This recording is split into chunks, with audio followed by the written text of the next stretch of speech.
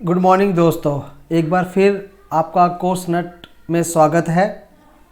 और आप सभी को पता है कि हम पॉलिटिकल साइंस के बारे में पढ़ रहे हैं, उसी के टॉपिक्स के बारे में पढ़ रहे हैं।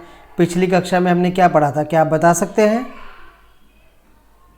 पिछली कक्षा में हमने क्या पढ़ा था? पिछली कक्षा में हमने राज्य के तत्व और उसकी विभिन्न अवधारणाएं पढ़ी थी। आपको याद है ना, मैंने आपको पिछली कक्षा में बताया था। तो आज की कक्षा का नाम है संप्रभुता, अर्थ और उसकी प्रमुख विशेषताएं, पार्ट 1। इसको भी 2 भागों में हमने बांटा है। दूसरे पार्ट में हम संप्रभुता के विभिन्न सिद्धांत और उसके प्रकार को पढ़ेंगे। इस सेशन में हम संप्रभुता के अर्थ और उसकी प्रमुख विशेषता के बारे में जानेंगे और उसकी परिभाषाओं के बारे में जानेंगे कि किन किन विचारकों ने क्या क्या परिभाषा दी है। तो आप लोग कॉपी और पेन ज़रूर उठा लीजिए। मैं बीच बीच में बहुत महत्वपूर्ण बिंदु आपको बताता रहूँगा। आप उसे नोट डाउन करके अपने खुद के नोट्स बना सकते हैं। खुद के नोट्स बनाने का सबसे बड़ा फ़ायदा ये होता है कि आपको याद रहेगा और जब आप उसको रिवाइज़ करेंगे तो तुरंत ही आपको याद आ जाएगा। तो यहाँ पर लर्निंग बाय डूइंग की थ्योरी काम करती है। तो आप अपने नोट्स खुद तैयार कीजिए। मैं जो बोल रहा हूँ और जो भी आपको उसमें इंपॉर्टेंट लगता है उसको नोट डाउन कर लीजिएगा। ठीक है दोस्तों, तो आगे बढ़ते हैं। चलिए, आज की कक्षा के मुख्य बिंदु क्या है, इसके ऊपर चर्चा करेंगे कि आज की कक्षा के मुख्य बिंदु क्या है। तो जानते हैं। देखो, आज की कक्षा के मुख्य बिंदु है कि संप्रभुता को कैसे समझे, कैसे जाने कि क्या चीज़ होती है। दूसरा प्रमुख बिंदु है संप्रभुता का अर्थ और उसकी परिभाषा है कि उसका क्या मतलब है, क्या अर्थ निकलता है और विभिन्न विचारकों ने उसकी क्या परिभाषाएं दी हैं। तीसरा प्रमुख बिंदु है संप्रभुता के लक्षण और उसकी विशेषताएं कि संप्रभुता की क्या विशेषताएं होती हैं, क्या लक्षण हैं, इसके बारे में हम चर्चा करेंगे। तो आज की कक्षा का जो एजेंडा है आप लोगों को समझ में आ गया है दोस्तों। तो चलिए देर नहीं करते और आगे बढ़ते हैं। कॉपी और पेन जरूर उठा लीजिए और नोट करते रहिएगा। अब बात करते हैं संप्रभुता को हम समझे कैसे, कैसे जाने कि संप्रभुता होती क्या चीज़ है। ठीक है दोस्तों, तो चलिए आगे बढ़ते हैं। देखो, यहाँ पर एक आपको भारत का मैप नज़र आ रहा है और यहाँ पे ये जो सिंबल है वो यूएनओ का है और ये है हमारा इंडिया। ये दोनों को आपको नज़र आ रहा है। तो आप बता सकते हैं कि इनमें से कौन संप्रभुता संपन्न है, कौन नहीं है। क्या बता सकते हैं? अपना रिप्लाई कमेंट बॉक्स में जरूर डालिएगा। मैं आपको बता रहा हूँ, इसमें जो भारत है ये संप्रभुता है, संप्रभु है। और इसमें जो यूएन है वो संप्रभुता नहीं है। क्यों? देखो, पिछली कक्षा में मैंने आपको बताया था कि किसी भी राज्य के 4 तत्व होते हैं। एक होता है निश्चित भूभाग, दूसरा होता है जनसंख्या, निश्चित जनसंख्या और तीसरा होता है सरकार, यानी इसको चलाने वाला होना चाहिए। और चौथा और महत्वपूर्ण अंग होता है संप्रभुता। ये राज्य के 4 तत्व होते हैं। यूएनओ जो एक ऑर्गेनाइजेशन है और भारत, इनमें क्या अंतर है? यूएनओ के पास भूभाग है निश्चित, उसमें एक निश्चित लोग भी है, जनसंख्या भी है और उसको चलाने वाले एक सत्ता और एक सरकार भी है चलाते। लेकिन उसके पास क्या नहीं है? संप्रभुता नहीं है। वो अपनी मर्जी से कुछ काम नहीं कर सकती। उसमें जो मेंबर है वो उसको चलाते हैं और ये बाह्य शक्तियों से प्रभावित भी होती है। अमेरिका यूएनओ को प्रभावित करता है। जितने भी 5 देश हैं जिनको विशेष अधिकार प्राप्त है वह यूएनओ को प्रभावित करता है। तो उसकी अपनी खुद की संप्रभुता नहीं है, तो ये राज्य नहीं कहलाएगा। जबकि भारत है, इसका निश्चित भूभाग है, निश्चित जनसंख्या, सरकार है और इसमें सबसे बड़ा तत्व संप्रभुता है, इसलिए भारत एक राज्य है। तो यहाँ संप्रभुता को समझिए। ठीक है दोस्तों, तो भारत क्या है? संप्रभुता है। क्यों? ये अपनी नीतियाँ खुद बनाता है, कोई इसको प्रभावित नहीं करता और ये बाह्य नीतियाँ भी खुद ही बनाते हैं, कोई इसको प्रभावित नहीं करता है, खुद ही स्वायत्ता देता है उसे, कोई इसमें इंटरफेयर नहीं होता। तो ये संप्रभुता है। इसको और अच्छी तरीके से समझने के लिए आगे बढ़ते हैं। देखिए ये है, मैं एक एग्जांपल देता हूँ, भारत और मैं बात करता हूँ किसकी, पीओके की। देखो अब संप्रभुता को समझने की कोशिश कीजिएगा। मैंने बताया था राज्य के 4 तत्व होते हैं, जिसमें संप्रभुता सबसे मुख्य है। और पीओके में देखो, पीओके के पास निश्चित भूभाग है, जनसंख्या भी है, और वहाँ पे कोई सरकार भी चलती होगी, लेकिन वहाँ पे क्या नहीं है, वहाँ पे संप्रभुता नहीं है। मतलब पीओके अपनी नीति खुद नहीं बना सकती। कौन प्रभावित कर रहा है इसको? पाकिस्तान। ये अपनी विदेश नीति खुद तैयार करती है? नहीं। क्या इसके पास अपनी स्वयं की सत्ता है? नहीं। खुद के निर्णय की सत्ता है? नहीं। ये पाकिस्तान या अन्य देशों से प्रभावित हो रही है। तो पीओके के पास ये 3 चीज़ तो है, पर संप्रभुता नहीं है, तो पीओके राज्य नहीं कहलाएगा। समझ गए? अभी पीओके एक विवाद का विषय है, ठीक है। तो संप्रभुता इस तरीके से आप समझ सकते हैं, मतलब ऐसी शक्ति जो इंसान को आंतरिक और बाह्य निर्णय लेने में स्वतंत्र हो, बिना किसी बाह्य दबाव के, वो चीज़ संप्रभुता कहलाती है। समझ गए दोस्तों? समझ में आया? तो चलिए उसको और भी जानते हैं अच्छी तरीके से। संप्रभुता का अर्थ, हम इसका अर्थ समझते हैं। देखिए इसमें परिभाषा को जरा ध्यान से पढ़िएगा और नोट डाउन कीजिएगा। किसी भौगोलिक क्षेत्र, जन मतलब जनसंख्या या जन समूह, सत्ता, प्रभुत्व के संपूर्ण नियंत्रण पर अन्य अधिकार को संप्रभुता कहते हैं। इसका मतलब एग्जाम्पल के तौर पे भारत जो एक देश है, उसके क्षेत्र पर, जनसंख्या पर, सरकार पर पूरा अधिकार है। किसका? भारत का। इसके क्षेत्र में किसका राज चलता है? भारत का। जनसंख्या किसकी सत्ता स्वीकार करती है? भारत की। सरकार किस में चलती है? भारत के अंदर चलती है। क्या कोई और राज्य से चलाता है? क्या पाकिस्तान भारत को चलाता है? नहीं। क्या अमेरिका भारत को चलाता है? नहीं। क्या और कोई देश भारत को चलाता है? नहीं। भारत खुद ही इन तीनों के ऊपर अपना प्रभुत्व रखता है, अपनी सत्ता या अपना अधिकार रखता है। तो इसी को हम बोलते हैं संप्रभुता। ठीक है दोस्तों, इसको संप्रभुता कहते हैं। और ये सर्वोच्च होती है। ये क्या होती है? सार्वभौम। सार्वभौम का मतलब होता है सर्वमान्य, यानी पूरे विश्व में मानी जाएगी। सार्वभौम होती है, यानी कि जो कंडीशन मैंने यहाँ लिखी है वो कंडीशन हर राज्य पे लागू होगी। यही कंडीशन अमेरिका पे भी लागू होगी, यही कंडीशन पाकिस्तान पे भी लागू होगी, यही कंडीशन फ्रांस पे लागू होगी, और यही कंडीशन रूस पे लागू होगी। अगर इन देशों में की नीतियों को कोई बाह्य चीज़ प्रभावित करती है तो ये संप्रभुता नहीं होगी। ठीक है दोस्तों, तो सार्वभौम सर्वोच्च विधि निर्माता एवं नियंत्रक होता है, यानी संप्रभुता राज्य की सर्वोच्च शक्ति है।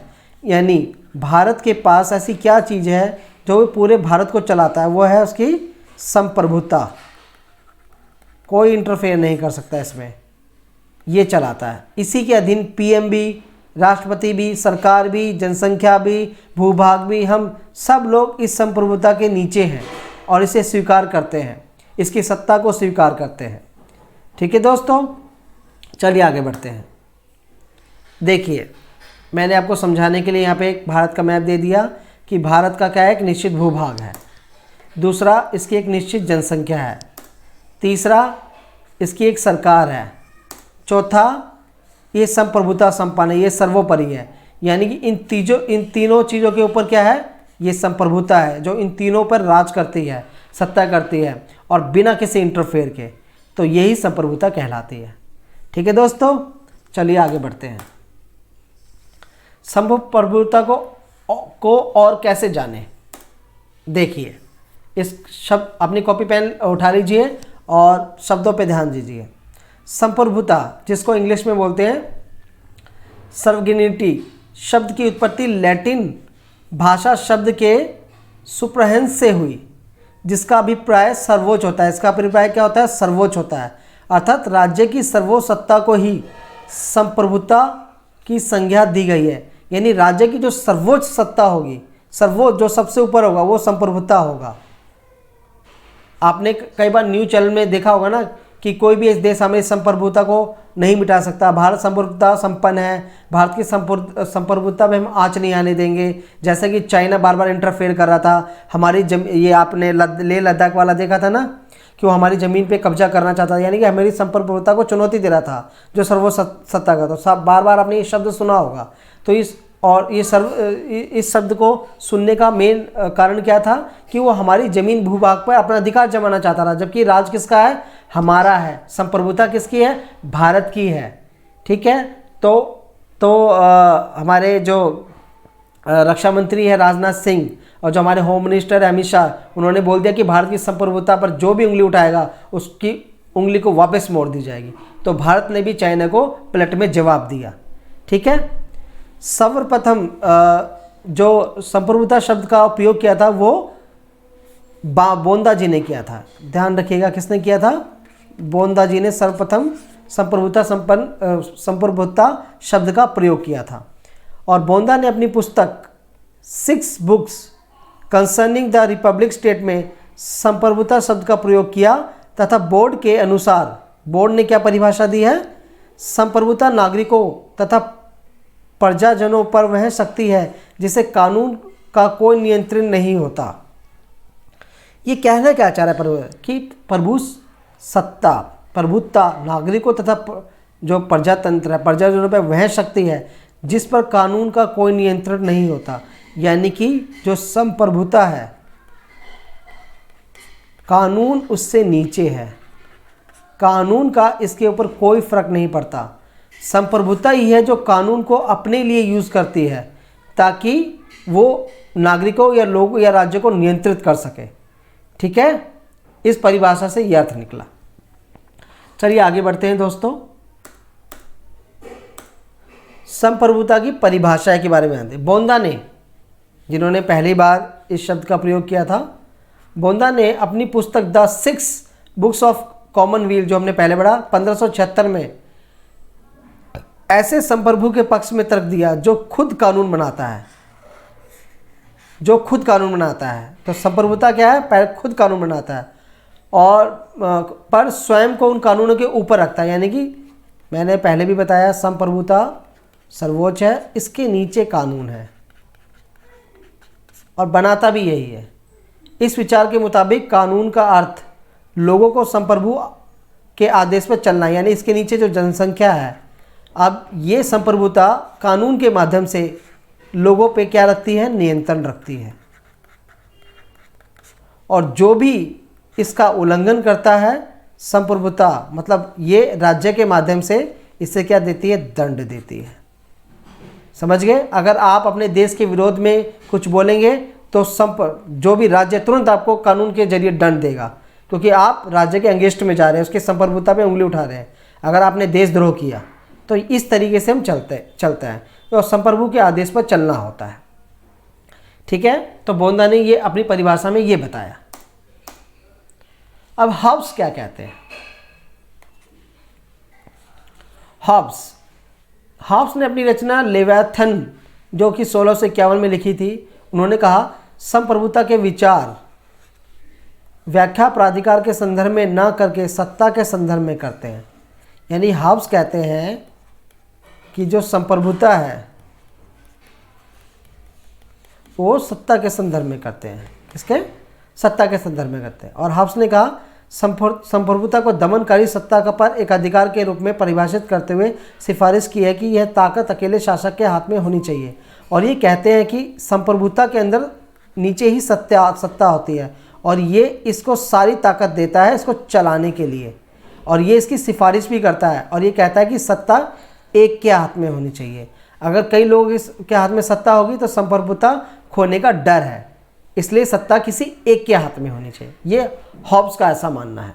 ठीक है दोस्तों, आगे चलते हैं।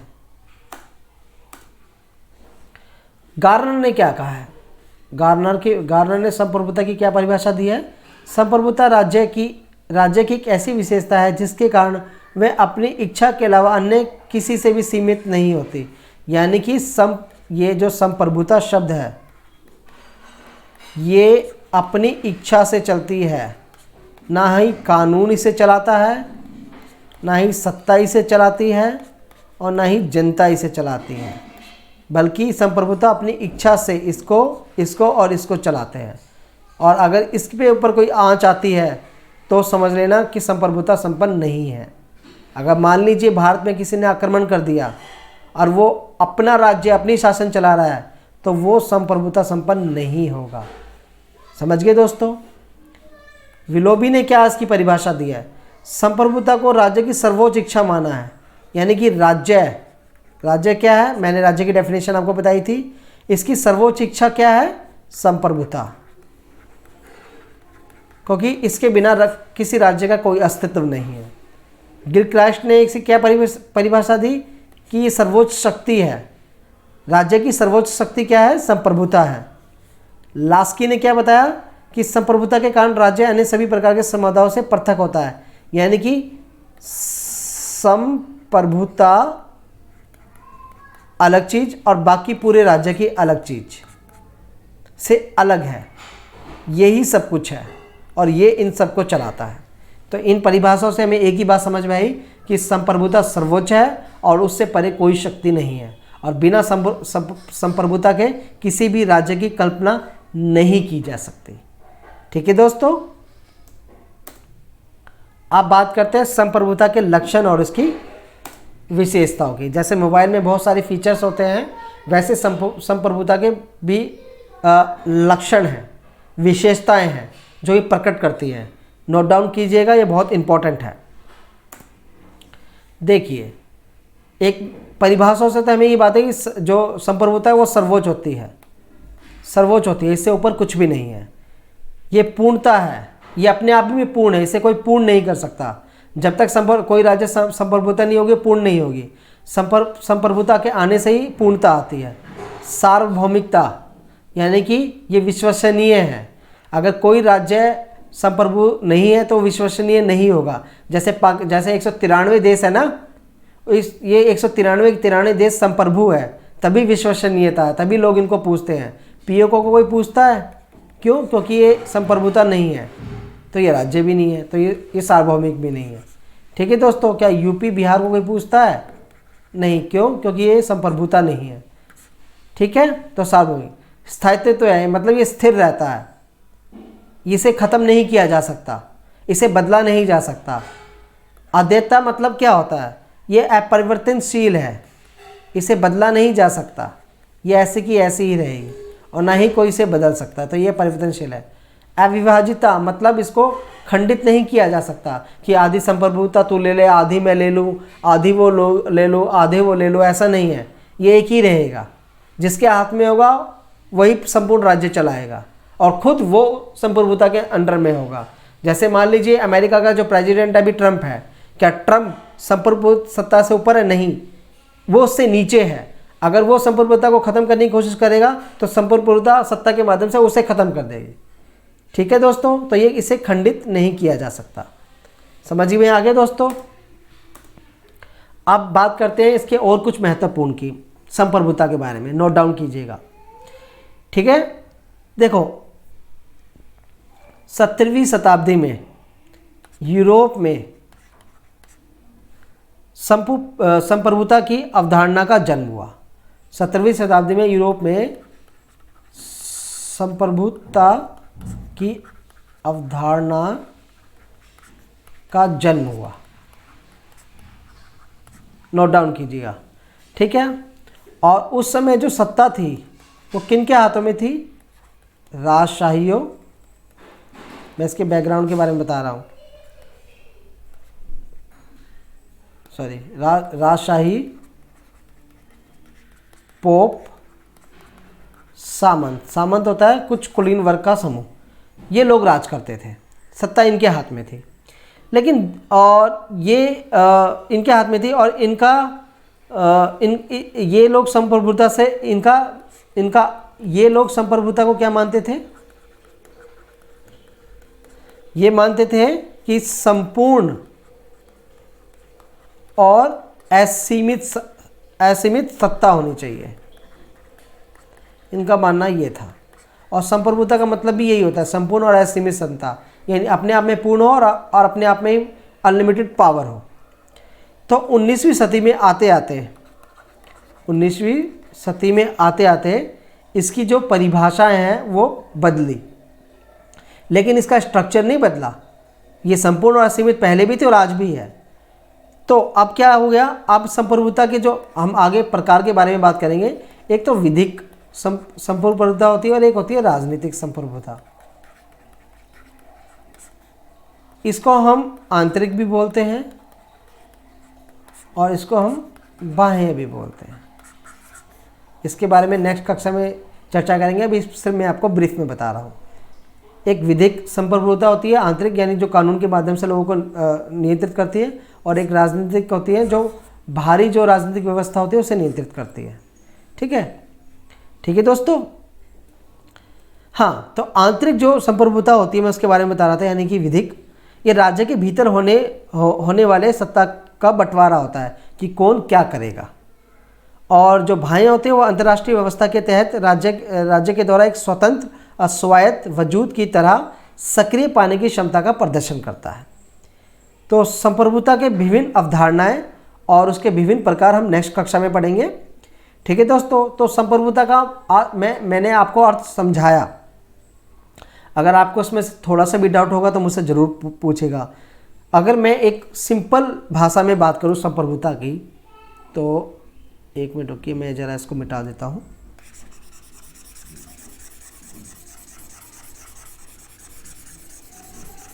बहुत मैं सिंपल तरीके से समझाऊंगा हमको। अगर किसी को समझ में नहीं आया तो उसको बहुत सिंपल तरीके से एक बार समझा देता हूँ इसको, क्योंकि ये शब्द बार बार है ना यूज़ होने वाला है, तो आपको उसका मतलब पता होना चाहिए। देखिए,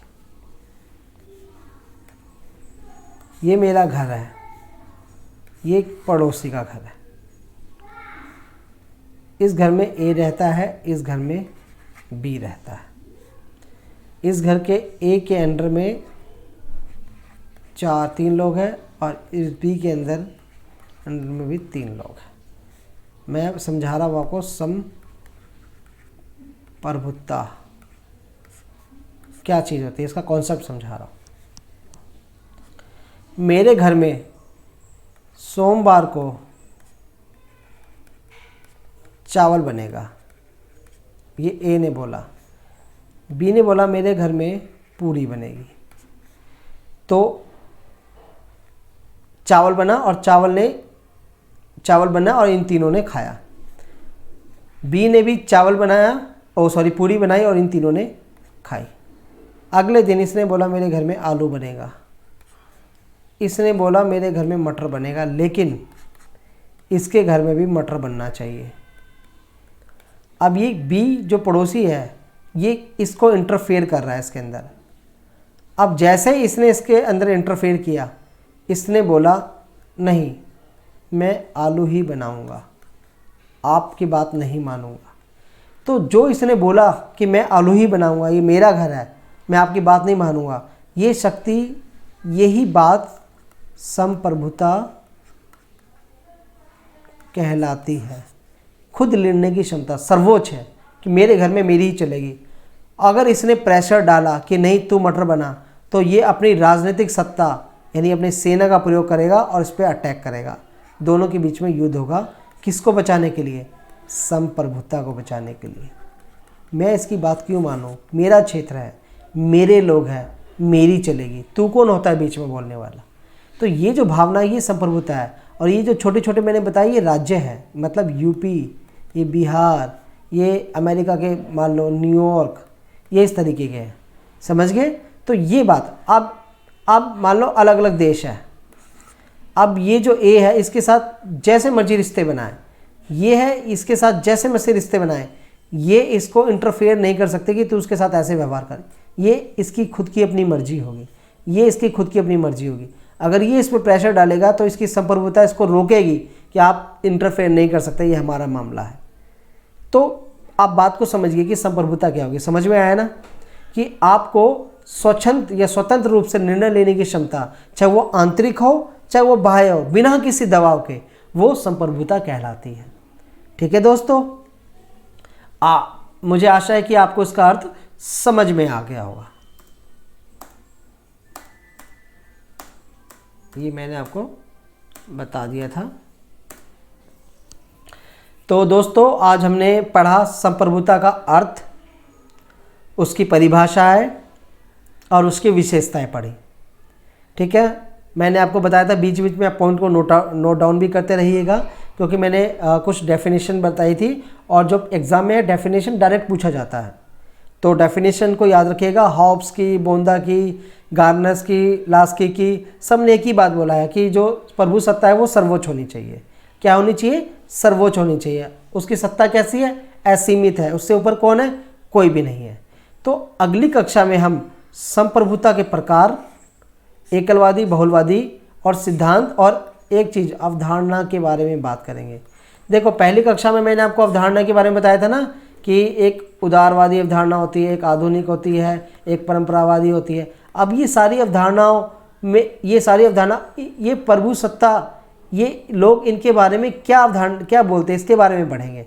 तो अवधारणाएं को मैंने पिछली क्लासेस में आपको समझा दिया था कि कैसे समझना है, क्योंकि पूरे चैप्टर में आप इसी अवधारणा में हम अलग अलग चीज़ पढ़ेंगे। पहले राज्य की विभिन्न अवधारणाएं थी, अब प्रभु सत्ता की विभिन्न अवधारणाएं आ जाएंगी कि मार्क्सिज्म संप्रभुता को कैसे मानते हैं, उदारवादी लोग संप्रभुता को कैसे मानते हैं, जो पूर्व परंपरागत जो विचारधारा के वो संप्रभुता को कैसे मानते हैं, जो आधुनिक विचारधारा वो संप्रभुता को कैसे मानती है, इसके बारे में हम चर्चा करेंगे। ठीक है दोस्तों, चलिए आगे बढ़ते हैं। तो दोस्तों, आज की कक्षा के लिए सिर्फ इतना ही। आप हमारे कोर्स से जुड़ने के लिए कोर्स नट यूट्यूब चैनल को सब्सक्राइब कीजिए, लाइक कीजिए, और जितना शेयर करना चाहते हैं उतना शेयर कीजिए, क्योंकि जब तक आप नहीं पढ़ेंगे दुनिया नहीं पढ़ेगी। ठीक है, तो इसे लाइक और शेयर ज़रूर कीजिएगा अपने दोस्तों को, और यूट्यूब पे जाकर मेरी नेक्स्ट क्लास को ज़रूर देखिएगा। तो आज की कक्षा के लिए सिर्फ इतना ही। Thank you very much. Next कक्षा में मिलते हैं दोस्तों।